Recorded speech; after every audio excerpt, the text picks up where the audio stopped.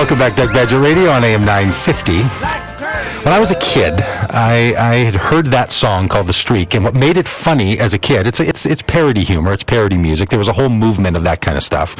Was that it was sort of scandalous, right? That you would talk about that. And streaking in the '70s, when I was a kid, was a big deal. I don't know how that movement got going, right? But somebody sort of started that movement that people would go streaking. So you had this little song, and it sort of reminded me that there is a sensibility of sexuality that we all have to deal with somehow. You laugh at it, you make a little fun, you take it seriously, you repress it. Like, you have to do something with it. And I'm not sure, we can't get into all the psychology and the evolutionary development of the human brain as to why we are this way around sexuality. But in the conversation with Jennifer here from the Smitten Kitten, which they refer to themselves as a sex-positive store. And so I'd said before the break that let's talk about how the industry sees you. And during our break here, during the commercial break, we were unfortunately not listening to the wonderful advertisers on AM 950 like we hope the listeners are. We were talking about our next segment. But I'd asked you about the industry as a whole. And as a pastor, I talk to a lot of people, especially men, who struggle with sexual addiction. And it becomes devastating to their life. They don't know who to talk to about it.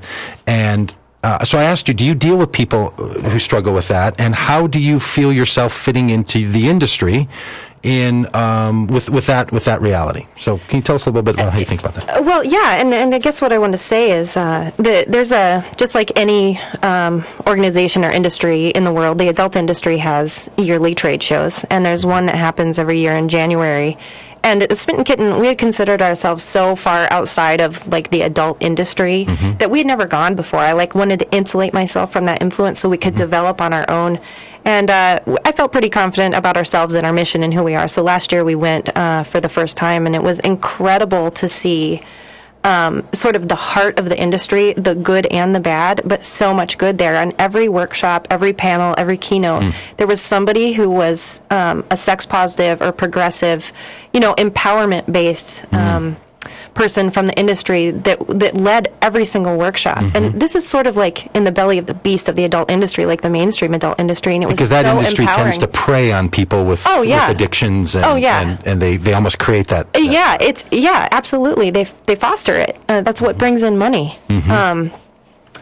Which is not what we do, and not what a lot of people do. And it was so nice to see that the progressive, the people who are sort of trying to change the industry from the inside out have what the word infiltrated might sound too like militaristic or something, but like right in the middle of these keynotes. And so now what we're seeing that the mainstream adult industry, adult stores that are starting to look to places like the Smitten Kitten, who have pioneered this sort of way of dealing with sex, and they're starting to make their stores look like ours. So it's kind of like wolves in sheep's clothing. I mean, I think twofold about it. It's really great that like better quality products are available to like at the truck stop porno shop, sometimes I call it, like they're there, and these chain stores that have always historically sort of their business model has been like preying on people's insecurities. Like there's just not a nice way to say it. That's the truth about it.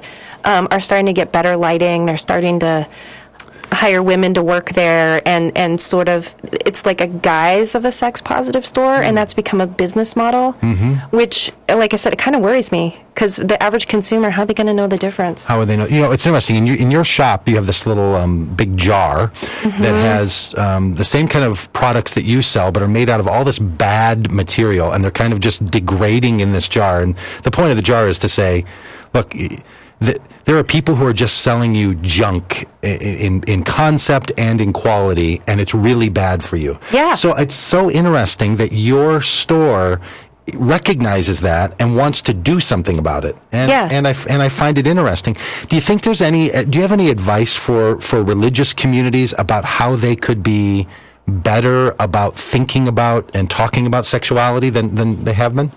I mean, I know you're not a religious person, you're not in that, but I'll just sort of drop that on you. That's a $1 million question. But can you solve that for us? Can you solve that for us? Because I think every pastor I know, every priest I know, every religious counselor I know wants to be better at this. Yeah. But when one just simply has intention without knowing what to do, right? I'm sure the people who work at your shop or you've had to kind of figure out, like, how do I get good at this? How do I get to? Yes, absolutely. And it's just practice. I mean, you just have to start talking about it, bring up the conversation, think about it. A lot of it's self-reflection too, because you can't really add to a conversation if you don't know where you're coming from. You know, like you have to know what your perspective is, and a lot of us don't spend much time thinking about sex and sexuality. I think especially... Some of us. Well, yeah, you know... John, on the other hand. I think especially those of us who belong to sort of a mainstream heterosexual culture, a straight culture, we haven't had to think about, and I say we, and I mean that in the group. I'm a queer-identified bisexual woman, and I think a lot of people from the GLBT community who are actually pioneering the sex-positive movement, we've had to think about our sex and sexuality. Like, we've had to do it as part of our coming out process, as part of figuring out who we are. And I don't think that a lot of heterosexual folks have had the privilege of having to think about it. Or if they think about it, it's only in their head. They don't think about it in conversation with anyone. In conversation or in context, you know, it's sort of hidden. Like I think a lot of straight people don't really think of their heterosexual identity as even married like, couples, like they don't think about it. The number one issue for many married couples in their struggle is finances and sexuality, and they don't talk about either one. Right. Many people have been married for a long time and never talk about it. I was in the store with my wife, and it made us uncomfortable. Yeah. You know, there was an interesting sort of vibe to it, and a whole conversation that went around there about like intense sexual pleasure that I never think about. Right. Like, you know, I've been married for 25 years, almost 25 years, and have had, you know, thousands of the big O, right? And my wife's had dozens, I like to say.